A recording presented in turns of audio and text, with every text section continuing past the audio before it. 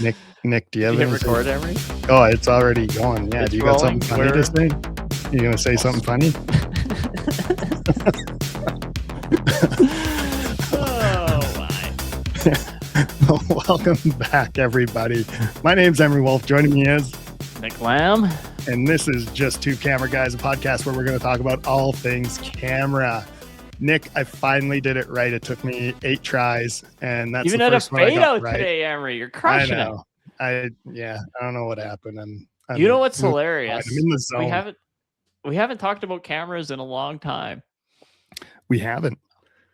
and this is for after because we do want to bring Dylan on here pretty quick. But man, I've upgraded my camera. Really? Yeah. I did not think that day was coming. Do you know what I upgraded, Nick? And it's the reason I actually brought this up. But see that popcorn container the Moose has there? Oh yeah. I have that exact same popcorn container. You know what's so cool is we've got popcorn at the film festival. Really? Yeah, there's a popcorn machine. When you walk in, you got to go to the right. It's like kind of off in the corner, but I'll be directing traffic to it. When you're watching, you'll just be like, "Hey, welcome to the festival. Go get your popcorn." It's over. Popcorn's over here, so you don't miss it. So I assume this is for like all the screening, or is it for the awards, or like when's the popcorn coming out? I am hoping they're going to have it at 10 a.m. 10 a.m. popcorn. I hope, but who beautiful. knows? Maybe we'll see. First screening at 10 a.m. Hey, on that note, we might as well celebrate. Let's add Dylan here into the podcast. Speaking of shows that you should get your popcorn out for. Yeah. Dylan. Our Last Day as Kids. Yeah, that's your film. Do you maybe want to give people a quick run through what it's about? Yeah, sure. So Our Last Day as Kids is a 2000s coming of age film about like punk and emo kids, based on my teen years. And it's a proof of concept for a feature I've written and would love to one day direct. Interesting. It's just on YouTube here. I'm just gonna add it here and play a little bit. Sure. Play the whole film. Yeah. You watch it here now, folks. I don't know what that just did, but I just totally lost my screens. Anyways, the 2000s thing. The first thing I want to touch on, because this is the thing that kind of excites me the most, the music. It's sort of this like, I want to call it pop punk still, but punk music, thrash stuff.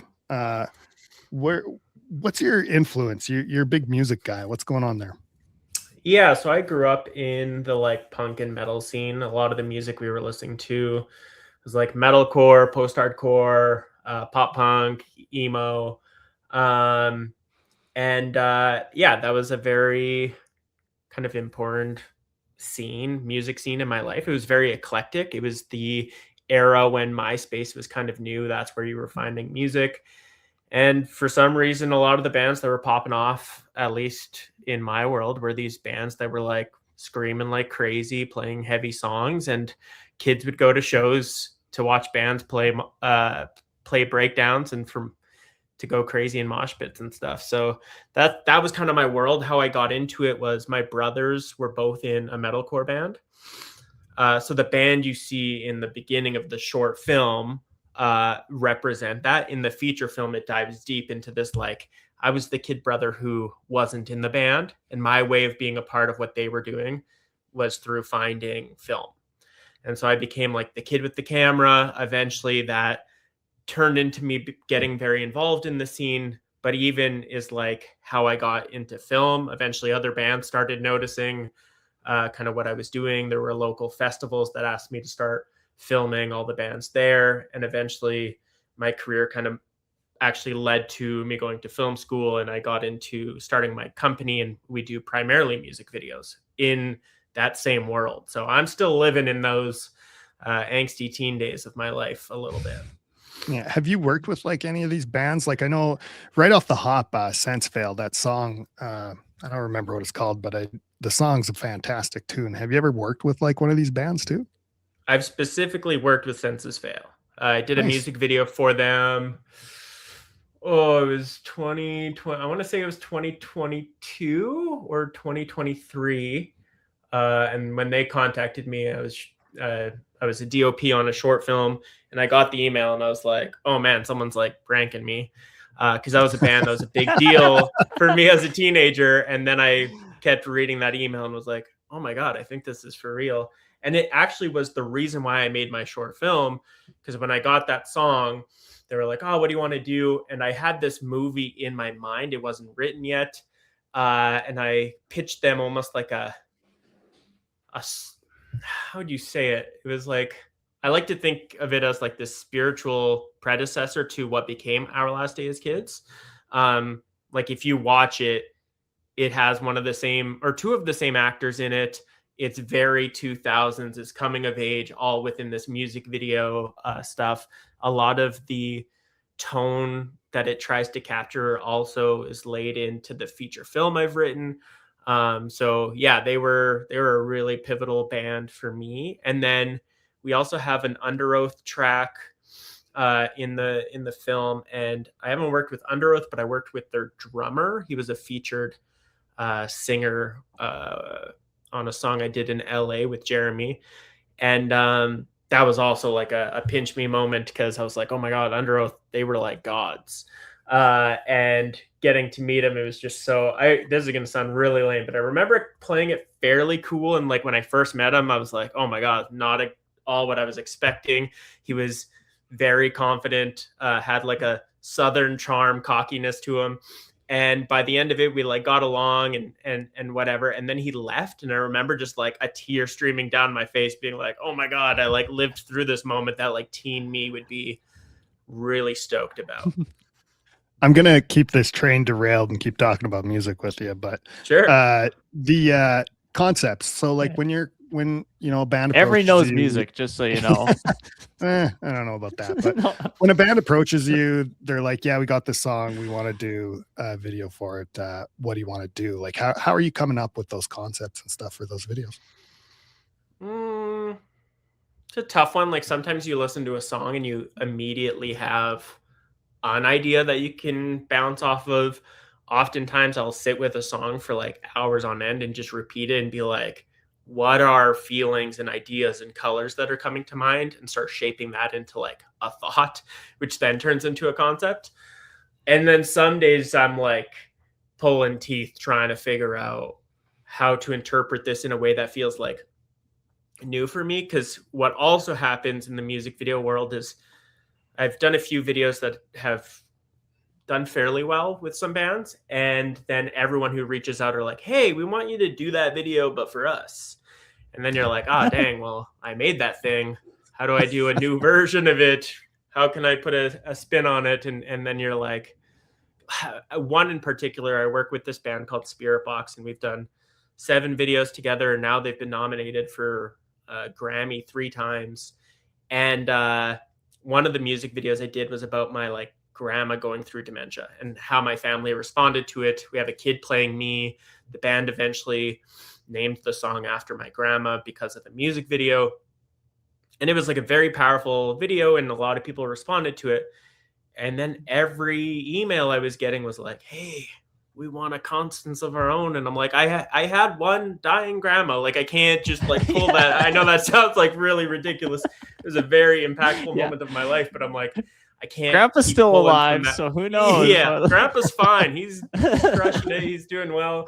So it was interesting trying to pull certain emotions. And I've done videos where I'm like, oh, this is a version of that video for someone else, but it's not the same when you're pulling from like, oh, this one's about depression. It's, you know, still about something, but it's not honing in on something so personal and vulnerable that connected with so many people. So does that process sort of help you, you know, when you're doing something more personal, like Our Last Day as Kids? Yeah, I would say that doing that video, not that I know you guys don't know me that well, but I'm a very emotional guy. I've already told you I've cried while meeting a person. But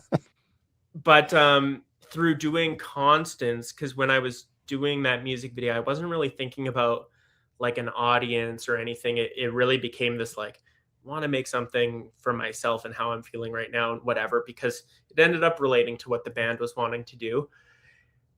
And through doing that, by the end of it, I was like, oh no, we're going to put this out and no one's going to get it. Cause it was like, you know, the kind of jello my grandma used to make was in the video. Like there were very niche details that I'm like, people are just going to be like, what is this? And then it was the opposite. And that's when I understood that like being, you know, vulnerable, but hyper specific on your own experiences is actually what makes things more universal, because it's like it feels more real, it's true. And then other people would be like, damn, my grandma used to make that jello and have the jello container and put all that time in. And yeah, it was shocking to me. So then that was another thing that was like, oh man, if I make a short film, you know, they say write what you know. This is my first short film, so I wanted to write something that was very me.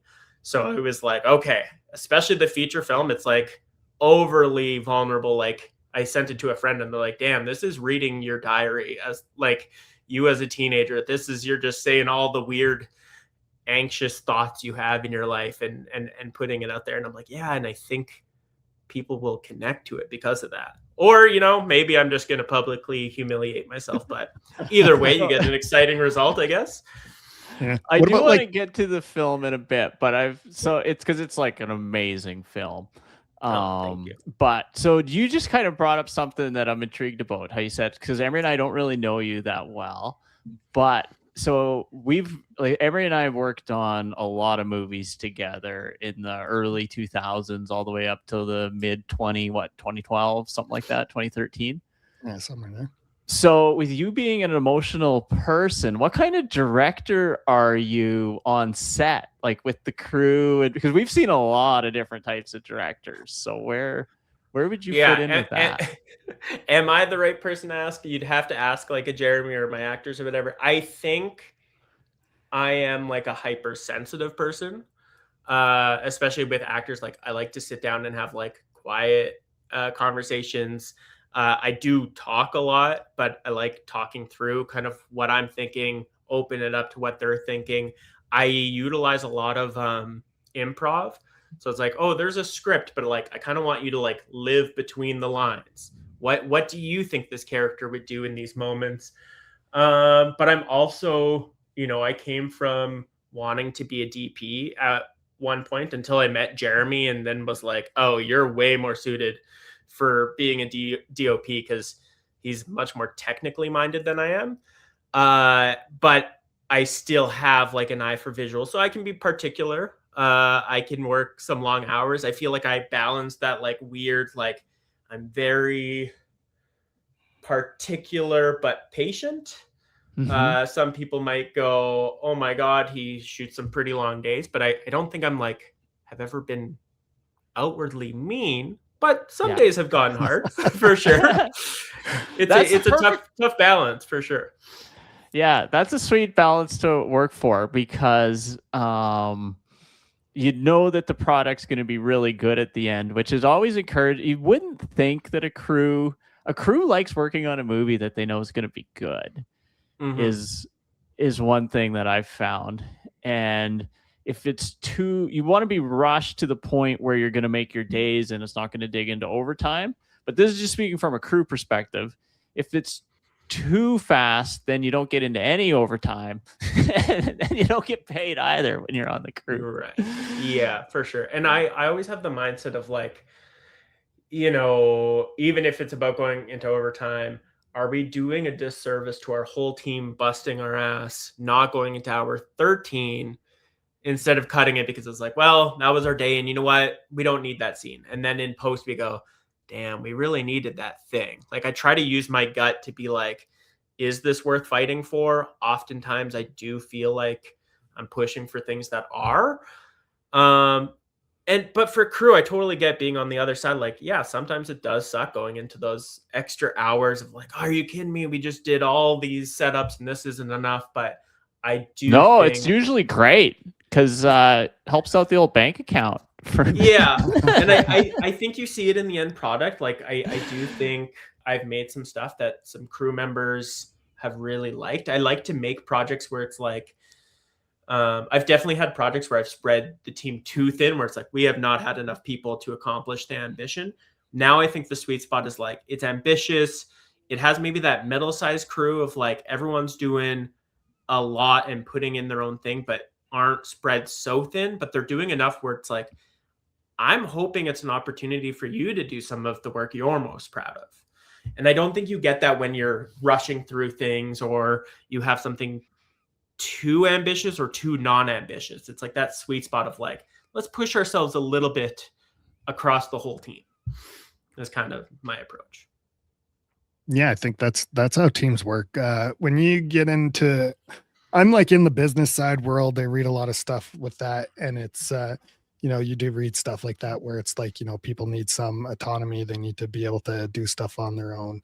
They need to actually strive for something. They need to push themselves, and that's how you actually enjoy work. So yeah, it's nice to see it in the film industry. I'm not sure it was there when Nick and I was there. No.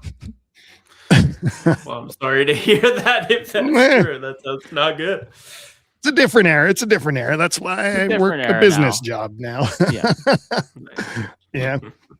I was going to ask before too, again, I'm kind of going back to the music thing, but the whole style that you have in that, I also feel like it's fairly like music video influenced. And, I look at, guys who I'm a big David Fincher fan. He came up doing music videos. I honestly, I also like Michael Bay, like for, love him or hate him. I think some of the stuff he does is great. And, I feel like he's even done movies where he's just like, I'm just going to screw around and see how much of a movie video type thing, or sorry, music video I can make this. How does that all influence you? How'd you get to your look in that?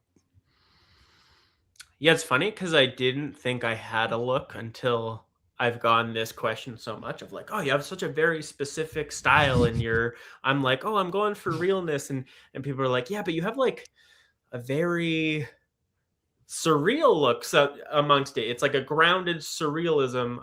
And I don't know fully where that's come to. I love imagery. I love dynamic lighting. I love moodiness. I'm a moody boy. And I think, yeah, I am influenced by a lot of like darker movies. Like David Fincher is a director that's meant a lot to me for a very long time. And a lot of directors who have gone from music video. Like I'm a big Spike Jonze guy. I love Michel Gondry. So all of those movies have been huge influences. But I don't know, like, I don't think there was ever a specific, I'm trying to make a style. I think I just have liked things, have followed my gut. I'm very instinctual in my choices. And then that's formed a pattern, I guess. Because now I look at my portfolio and you go, oh, yeah, you can tell I've worked with different DOPs and somehow it looks like me every time. So that must be a pattern that that I've created unknowingly. But in regards to narrative, I have been trying to take some of what I've learned from my music videos and bring that into like Our Last Day as Kids. There's a lot of like montage because to me, it fits the world. The world is filled with music. The kid is filming his world as well. And so it just called for allowing the film to feel kind of musical and take you away from narrative in the in-betweens and be a little bit more broken up. Cool. You talk about it as a feature as well. So like what's the story there? Is this like a condensed version of the feature or? Yeah, so this was like 15 pages pulled from a 100-page feature that I've written. Okay. It's the first time I've written anything, so by no means I'm saying it's some incredible work of art. But the feature, so how I'm not good at pitching, but the feature dives into two main storylines. So there is the storyline between the kids, but it actually starts with him and his brothers, and he's kind of like living in their shadow, but like he wants to be there. And it's not until he meets kids of his own that he's able to like explore who he is beyond his brothers and his family. And then he starts like seeing, whoa, these kids are from totally different walks of life. I grew up in a very like kind of normal middle class family. And it wasn't until I was in the scene where it was like, oh, you guys don't just look punk. You guys are coming from homes that there's some real hardships. And I'm learning about that. And I'm trying to navigate feelings that maybe come from places that are atypical to me. And then in the feature film, we're watching the tug and pull of like as he's kind of falling in love, his first teen love / making these new friends and growing some angst of his own, he's pulling away from his brothers. And it's like both of those things, this relationship, this friendship, and his brother's band are both coming of age in the fact that they're like they're moving very fast and crashing and burning all at the same time. And the whole point of the film is that this kid can't learn who he is until they do, because you can't find yourself until you're okay with being like alone with yourself. It's the point of the film. So this is like an abridged version of one of two stories. Are you guys like on your way to getting the feature actually made? Like, is it funded? Are you? I wish. It's been a big up and down. Before we made the short, there was like, because we raised some money on Kickstarter a few years back to make the short. And there was a moment after we got the Kickstarter money that there seemed like there was interest and a team had formed. And it was like, hey, instead of doing the short, let's go all out. And it didn't fully work. And then we made the short film. And then, you know, you spend years working on a short film and some of the team goes like, hey, I get how personal this is to you. This isn't my life story. And I'd love to also pursue other projects. So right now I just finally put out the short film online. It's doing, you know, fairly okay for a short film. It has like 80,000 views. I'm kind of seeing where I can take that, but I'm kind of a solo agent right now, trying to find like who's a producer that maybe believes in what I'm trying to do. Yeah. Cool. The short too, you've submitted to other festivals? Yeah, this is kind of the end of its run. Okay. We haven't got into any of the major festivals, but like we showed at the Beverly Hills Film Festival in LA. Can't remember the Soho like International Film Festival in New York. Those were like amazing experiences. We showed at a smaller festival in Toronto. We've played at Yorkton and Rifa, one in Bremerton, just out of Seattle, just like some kind of like smaller to medium festivals. I think maybe 10-ish festivals. Didn't get into TIFF. That was a bummer. But, you know, it's also my first short film. So maybe on the second or third, we'll get there. I don't know. Yeah. See, did you end up like winning anything or with them at all, or? We only at the Okotoks Film Festival, we took best cinematography. But honestly, yeah, not really. We what a bummer response. It's like, did you win anything? No. I mean, it's still not bad. 80,000 views, and like, what does I assume it's on Versus? I think it's on Versus.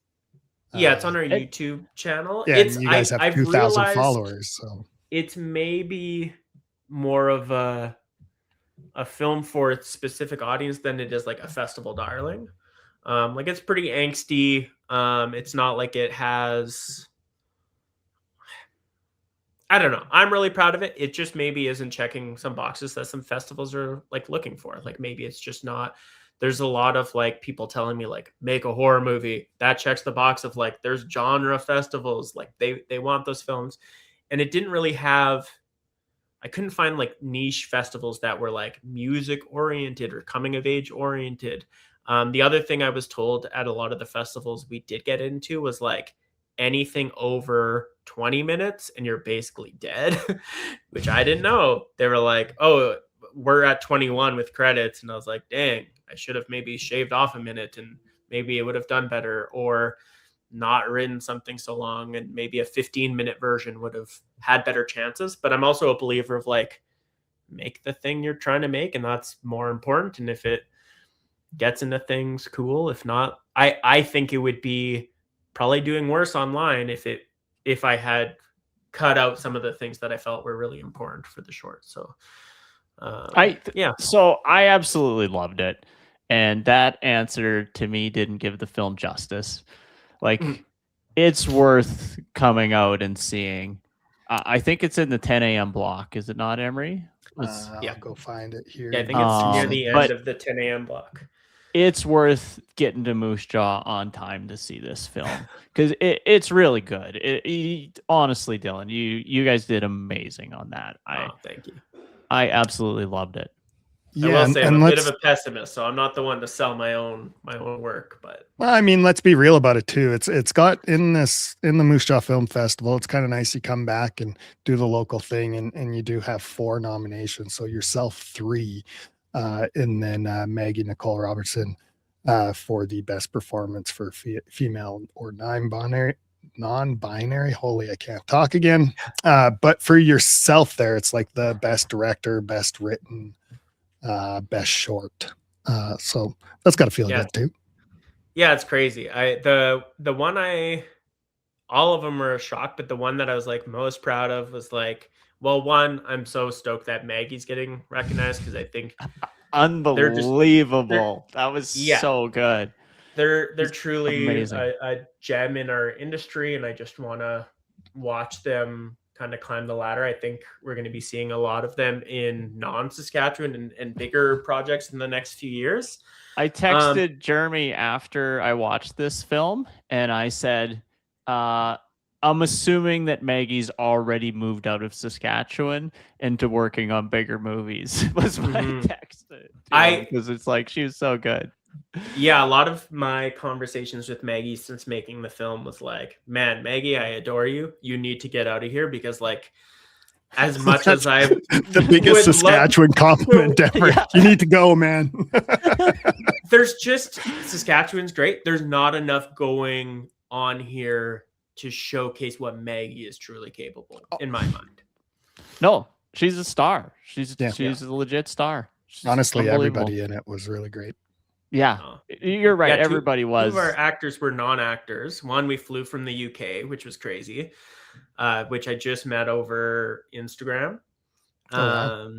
And then, it was just a privilege working with all of them. The award that I was most shocked about was writing, because I'm like, if there's anything I'm less confident in, it's like, this is my first time writing a thing. So I was like, all my music videos, I do a lot of story videos, but they're basically silent films. So this time it was kind of flipping it. It's like, most of this film is dialogue, and I hope people get what I was going for. So that one I was pretty surprised, but like, I'm on a path, a good path, I think. How do you get yourself in a situation where you're getting an actress to fly over across the sea and you've only met her on Instagram? Punk kids are crazy, because I was like, this is gonna sound crazy, but I'm like, other people would be worried about if we were legitimate people. Luckily, we did a whole cast reading of the feature film, actually, because we were considering doing the feature. We had met online a few times, so it's like, it was real enough to know, there's a full movie that they are trying to make. Here's the short film. Here's the schedule. Like, it was here's the hotel you're gonna, we tried to, we were very professional about it, but also I was like, this is a psychotic thing. We had paid for their flights. Like, there was money. It wasn't extorting them of money, but it was a giant risk for them to take. And, you get that when you cast a punk kid who just likes adventure, which they added that essence to the film. Like, they were just like, they're the more aloof, crazy punk who will never say no. And they were just that in real life. So yeah. You're coming down to Moose Jaw for the festival? Yeah.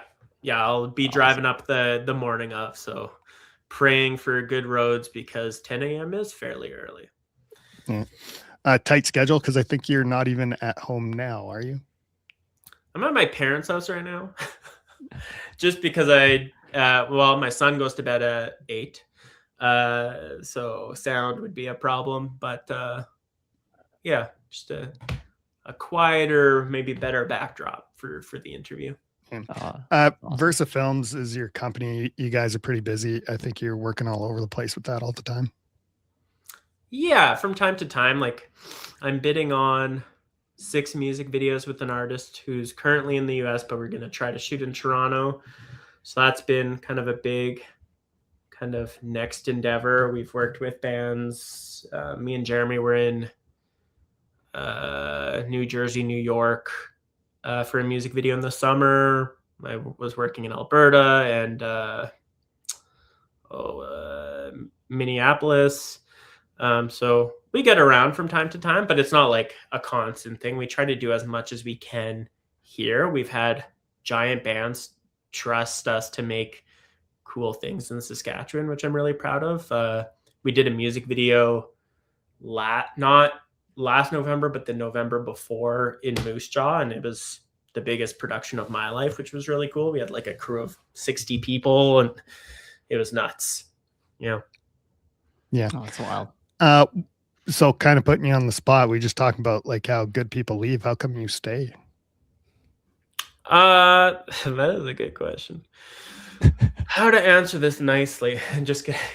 The big reason is family, honestly. I lived in Vancouver right after high school. I did film school for a year and a half, and I'm still with my high school girlfriend. So we did long distance for a year and a half, and it sucked. And I was like, I'll be back. And so I came back. We were pretty smart about it. We were very like, we'll go somewhere once we get our like careers figured out and find our paths. A few years later, she ended up getting into school in Edmonton. So we did long distance again for 2 years. So we did 3.5 years of long distance, and then she became an occupational therapist. But as I eventually moved back, and then I'm settled into a job. I've built a business by then. We eventually got dogs, and now we have a house, and now we have a child. And I'm like, oh yeah, we're probably never leaving, because like to have what we have now, we need to have like 10 times the success, and then we'd have none of our family or friend support. So I've, to be honest, always wanted to leave, just because this career seems impossible anywhere, but in Saskatchewan feels extra impossible. But if there's a way, I'm going to try to figure it out. Yeah, and you're making it work for sure. Yeah. Yeah. Right. Yeah. So versus here to stay for at least the time being. We'll see. That's always, you talk to me on a bad day and I'll say I'm closing it tomorrow. You talk to me on a good day and I'm like, you know what? Music videos is pretty fun. Yeah, all that long distance relationship stuff too. I feel like that's your next feature. That you're right. I've thought about that. I've thought about doing, we basically lived on Skype. Like we would do, I think our record was like a 52-hour Skype session. Obviously we're not talking the whole time, but like, much like when you're with your partner, just being beside them in the room is comforting. It's like having that laptop exist was comfort. So we'd like fall asleep with our laptops beside each other. And I'm like, that could be, talking about vulnerability, that could be a really cool thing to tackle. And there was I don't want to get too deep into it, but there was like real hardship transitioning back to being in the same world. It's like, oh, we got used to not being in each other's worlds in the same way. And then that makes you as a 19, 20-year-old confused of like, damn, like, did we wreck what we did have? Is when I was a teenager, to me, I was like, well, love means someone you can't live without. And I guess we proved that we could live without each other in a certain capacity. And you almost have to like relearn how you loved each other, which I think would be like fascinating in a film. Because it's like, yeah, to me, true love's not easy. It's not just like, everything just always works because they're just the exact person. It's like, no, I think real love is someone that you're like, there's tough times and I want to work through this because I know what the best times together are. At least that's my experience. That's great. Yeah. Nick, do you have anything else? No, I think that's perfect. you know what? I What? just have one question for you. Just because I kind of feel like you're one of those guys that sort of kick-started this whole new wave of filmmakers here. Why is it important that people show up to the Moose Jaw Festival and support these things, these local festivals, these local film things? I think, yeah, art is hard to make anywhere. It's extra hard to make in Saskatchewan, and artists make things for an audience. So I think if you want to see more art, whether it's in Saskatchewan or outside of Saskatchewan, it's like a way an artist exists is by people supporting an artist. I can't have a career unless I have people rally behind me and go like, dang, that film you made was really good. Because one, boosts my ego, which is really nice. But maybe it puts me in front of people that are like, hey, I want to support that next step for that career. If you're making things and they're not getting seen, unfortunately, it's probably not going to push you to the next place. And this is another great platform for people to meet. But actually, like when I talked to Jeremy about what I wanted to see in this film festival, a lot of the film festivals you go to, it's like, it's mingle first and then like, oh yeah, the films are playing. And, you know, if you meet someone, you tell them to watch a film. And Jeremy's like, I want it to be the opposite. Like, I want people to mingle, but I want the core thing to be like, watch the art people have made, because that's what truly sells an artist. I'm not good at, you know, being at these events and be like, hey, I'm Dylan, like, come give me money. Let's make stuff together. But if you watch my thing, you might consider that, hopefully. So, yeah, I think that's a really cool way of approaching the film festival. And I just hope that the Saskatchewan community at large shows up so that things like this can keep going. And also, like, the May Wilson's beautiful. I was like begging Jeremy, I'm like, oh, if my film gets in, like, God, if you could do a screening, because it's, you know, that's the best theater I could want my film to play in Saskatchewan. So there's a lot of great reasons. You're going to meet a lot of cool artists who all make very different art.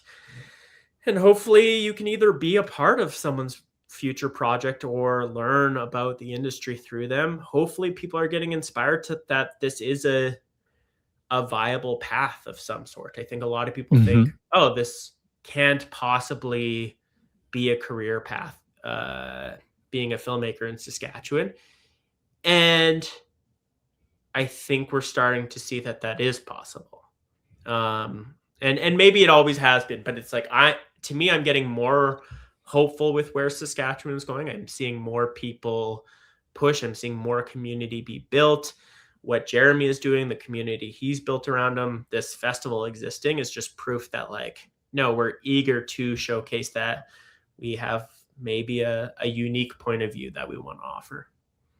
Cool. That's great. Well, I stuff. don't think you've met him, but Jeff Beasley's actually coming down for the festival and will be there. But yeah, he's from Moose Jaw, and he's directed, my goodness, was probably 80 features, something like that now. Oh my God. It's wild. Wow. That is wild. So yeah. So he's proof yeah, it can it'll be a happen. good time. Yeah. Yeah. Where can people find you, Dylan? Like social media, not like physically. Where can they find you? Physically, right now, I'm in What's your address? Yeah. Here's the postal code. Yeah, you can find me at Dylan Hryciuk, Hryciuk is how you spell the last name, on Instagram, or my company Versa Films, also on Instagram and other social medias if you wanted. You can find Our Last Day as Kids, if you're not going to be at the festival, on YouTube just by searching Our Last Day as Kids, or by going to the Versa Films YouTube. That's kind of the main places. Like, I'm only on TikTok specifically to get people to know about my short film. Everything else it's noise to me. I can't handle more social media. But yeah, Instagram's kind of the main place if you're like, I want to follow him as an artist, because Facebook's like, hey, we know each other and we can annoy each other on Messenger or whatever. Cool. Yeah. We'll leave it at that. Thanks a pile for coming on, Dylan. That's great. Of course. Yeah. No, appreciate the opportunity, and hope to meet you guys at the festival. For sure. We will. All right. Take care. Have a good night, everybody. You too. All right, on. Have a good night.